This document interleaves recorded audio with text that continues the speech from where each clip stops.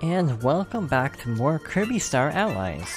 Last time we started our exploration of planet Popstar, and we're ducking into the Dream Palace once again to try to get another ally. Let us go with Roach from Kirby Squeak Squad. I love that little riff of his theme song by Chef Kawasaki.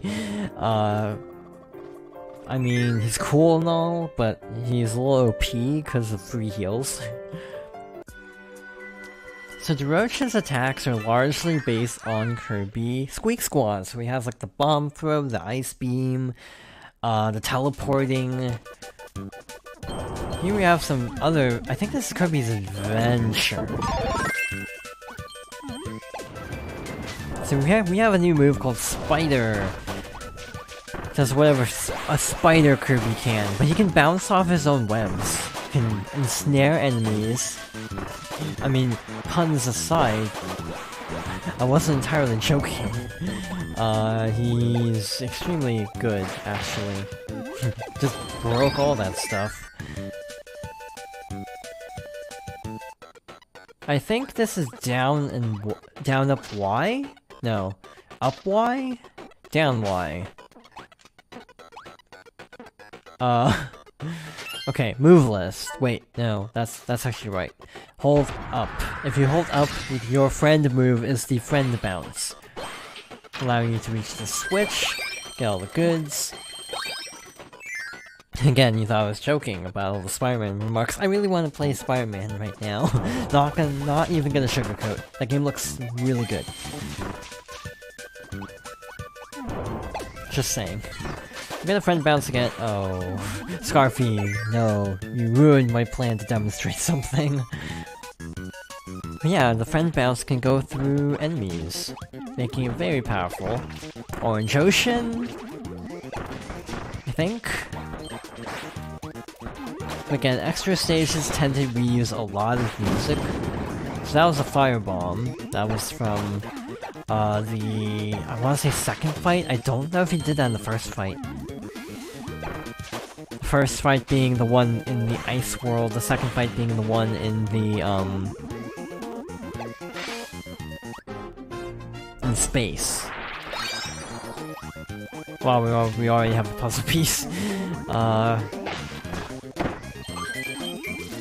Again, I feel like this game has a market. That's the thing. This game sold really well, actually, on that note. Even though its reviews are actually kind of in the middle, because it was just kind of easy and simple. But I feel like this is a very good entry-level Kirby game. If you enjoyed this game, which I hope you do, and you haven't played a lot of other Kirby games, I would highly recommend going and playing the others. Start with, I would say... probably Robobot or Triple Deluxe. Because those are the ones stylistically similar to this game. And if you enjoy those, then I'd also say go back and play Superstar or Superstar Ultra. You know what I want?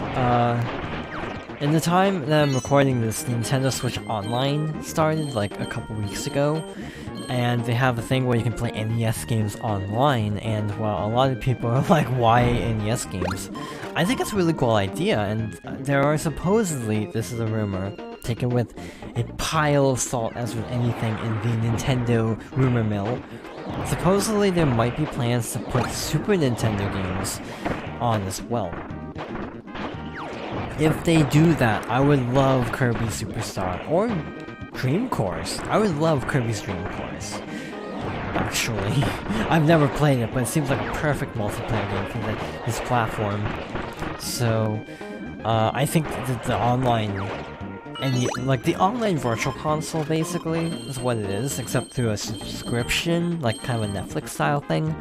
But it's mostly first party anyway, so I don't see a lot of it getting pulled. I think it's actually really promising. I think it's a really neat idea. A lot of people are like, yeah, it's just NES games. But if there are NES games now, maybe we can get more than NES later.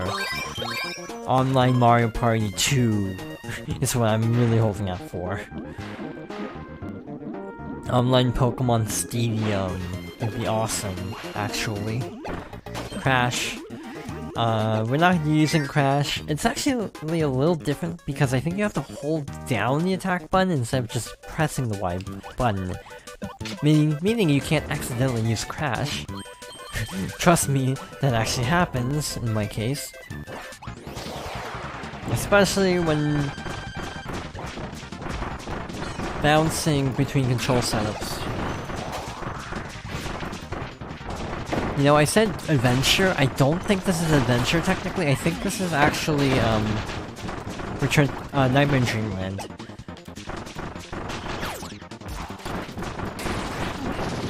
No wait, this might be adventure actually. Never mind. This sounds very Kirby. Here's the thing, the GPA sound chip isn't that much better, arguably, than the NES in some cases, as evidenced by how garbage some Super Nintendo games sounded when ported. The biggest offenders everyone always cites are Yoshi's Island and... I recently learned Earthbound sounds absolutely terrible on the Game Boy Advance port. I did not know that, but I heard a sample in a Let's Play. It's terrible. Which is a little sad because Earthbound has a phenomenal soundtrack. Was that good? That was too early. It didn't flash at all. The platform flashes when you should press it. I guess too soon. Final Fantasy VI is another example where the sound chip of the Game Boy Advance was not up to snuff, but we completed our first picture, the first rival, a reference to Kirby's Dream Land. You can see all the enemies, Kabula in the bottom left, Wispy in the top right, Kracko. I'm sure you can find like Lolo and Lala somewhere near. But the boxing arena fight from Kirby's Adventure. So as you may have guessed, all the pictures are references to other Kirby games. Inside Island is done, so Echo's Edge. I'm not a fan of ice levels. I like ice less than water. Which is actually ironic when you think about it, because the two games the game that started this trend in gaming is like one of my favorite games, and yet it created a monster. I'm talking about Super Mario Bros. 3, that basically started this horrible trend of always having a water level, desert level, and ice level. And then New just took that idea and ran it right into the ground. It's different in the case of Odyssey because that's open world, but it still repeats the same themes. I won't deny that. It's still ice, water, two water worlds. Spoilers, I guess. Mild spoilers for Odyssey in terms of level themes. Thanks to Roach for using a giant exploding pillar of fire to light my item on fire. A little overkill, but I appreciate it nonetheless. I kind of like this though because we don't have like an ice world or like a water world. We just have little snippets of other themes mixed in under the general umbrella of a pop star themed level. It's kind of a nice change of pace.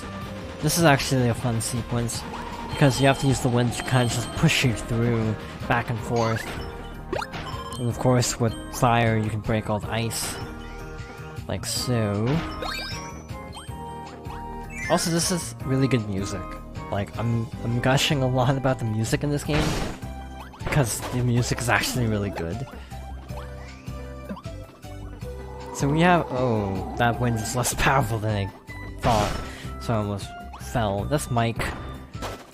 3 attacks, 1 low, 1 medium, and 1 basically a screen nuke. Again, there are a lot of screen nukes in this game, a little bit too many, if you ask me. Now that we have fire and Deroche can give us fire if we need it, We're gonna get rid of Burning Leo for Bonkers. Here's why. Because we need him to break that thing with Bob. Okay, got more stars. Break all the ice. Yeah, I've done like this little dash attack. We also do have Final Cutter, as usual. Final Cutter probably is better known for being in Smash Bros. At this point than Kirby itself. I hate to say it, but it's probably a true statement. It's funny how much Kirby, or how much Smash Bros. Has done for some characters. Like, we might not have ever gotten Fire Emblem if it wasn't for Smash Bros. I'm very grateful because I actually enjoy Fire Emblem. I'm not a diehard that's played Thracia 776 and Genealogy of the Holy War, but I really do like the series. Note, those games are really, really hard, and that is why I'm not hardcore enough for them.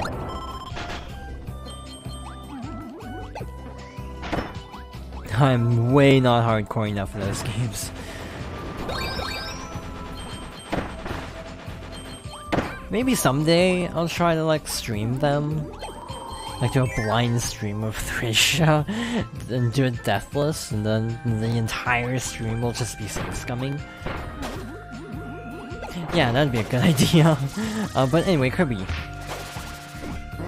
Kirby is one of my favorite Nintendo series. Like, I defend Kirby a lot. Like, I know Kirby doesn't have the most outstanding games a lot of the times, but I think Kirby has the most consistency of, like, any Nintendo franchise, really. Because even Kirby's low points are still pretty enjoyable. Like, I can enjoy Dreamland 2 and 64, even if I hate completing the games. Finishing them is fun. Just not completion. So here is introducing a new mechanic, just letting the key Waddle Dee do its thing. Like, we don't have to kill it and get the key. We can just kind of let it mosey on along. Yeah, screw it. Let's go the yo-yo. I love the little top spin. One of my favorite little things that you can do as yo-yo. I'm also still worried that we missed the puzzle piece again. Because again, I need to look up a guide between videos. Just have a general idea of where I'm going. This is a new mechanic, the Friend Bridge. The HD rumble is incredible because it actually shifts. It feels like the rumble's shifting left to right. Like, one of the big selling points was HD rumble, which is basically super precise rumble, which to a lot of people was like, meh. But I find it really impressive from a technical level that they got so much finesse into the rumble. And also, there's something else really cool this game does with rumble later on, but I'm not gonna spoil it. Bounce them off the wall. And then, poof, got him to the door. And that gives you your, big puzzle piece. Again, I kinda wish they didn't just give it to you, but oh well. It's like you don't even have to search for it, it's literally in the path. And that's actually the end of the level, wow. Cool, I guess? But that is the end of Echo's Edge. Got another gold game, let's not mess it up this time. That was slow, I could feel it, but apparently that was good enough.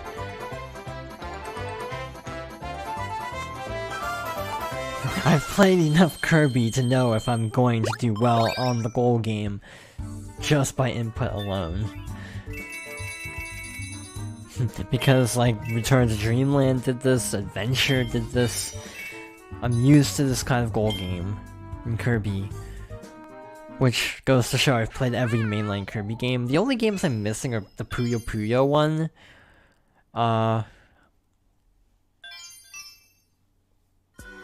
Okay, I'm trying to blank. There's the Puyo Puyo. There's Dream Course. I own Dream Course, I just haven't played it. And there's, like, a couple other like Game Boy spin-offs like Pinball and Tilt and Tumble. But other than that, I basically played every Kirby game.